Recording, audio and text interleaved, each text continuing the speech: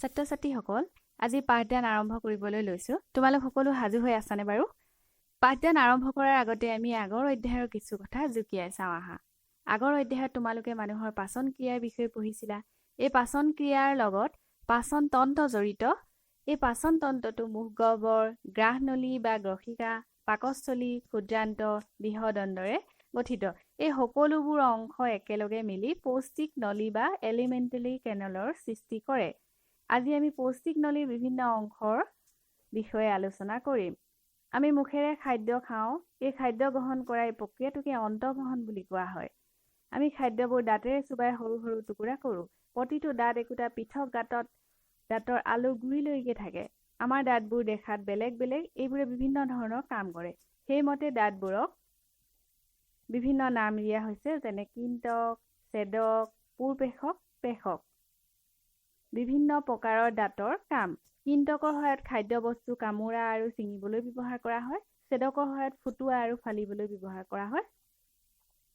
আনহাতে পুৰপেশক আৰু পেশকৰ সহায়ত খাদ্যবস্তু চুবোৱা আৰু গুৰি কৰিবলৈ ব্যৱহাৰ কৰা হয়। মুখৰ ভিতৰত খাদ্যবস্তু লৰচৰ হোৱাত জিভাই বিশেষ ধৰণেৰে সহায় কৰে।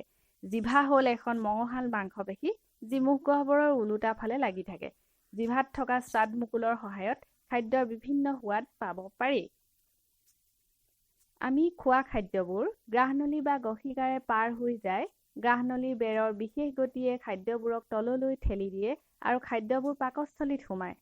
পাকস্থলী হ'ল এটা ডাঠ বেৰৰ মোনা। পাকস্থলীৰ ভিতৰৰ তৰপটোৱে শ্লেষ্মা, হাইড্ৰক্লৰিক এচিড আৰু পাচক ৰস নিঃসৰণ কৰে।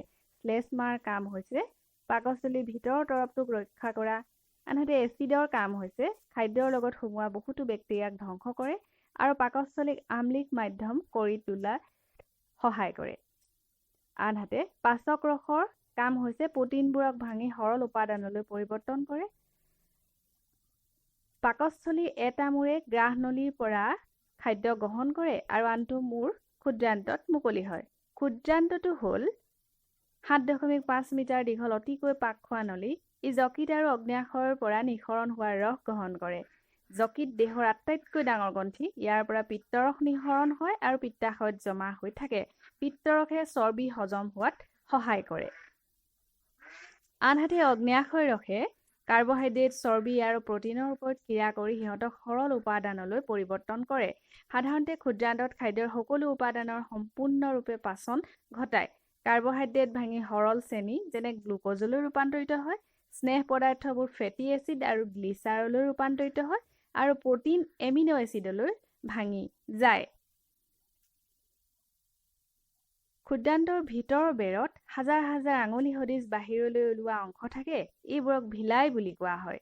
ভিলাইৰ কাম হ'ল পাচন হোৱা খাদ্যৰ শোষণৰ বাবে পৃষ্ঠৰ কালি বৃদ্ধি কৰা। ইয়াৰ পিছতে পাচন আৰু শোষণ নোহোৱা খাদ্যবোৰ বৃহদণ্ডত প্ৰৱেশ কৰে। বৃহদণ্ডটো ক্ষুদ্ৰান্ততকৈ বহল আৰু ই চুটি। ই প্ৰায় 1.5 মিটাৰ দীঘল। ইয়াৰ কাম হ'ল পাচন নোহোৱা খাদ্যবস্তুবোৰৰ পৰা পানী আৰু কিছুমান লৱণ শোষণ কৰা। ছাত্ৰ-ছাত্ৰীসকল, আজি পাঠদানৰ বিষয়বস্তু তোমালোকে নিশ্চয় বুজি পাইছা আৰু এই কথাখিনি ভালদৰে মনোযোগেৰে শুনি বহীত লিখি ল'বা।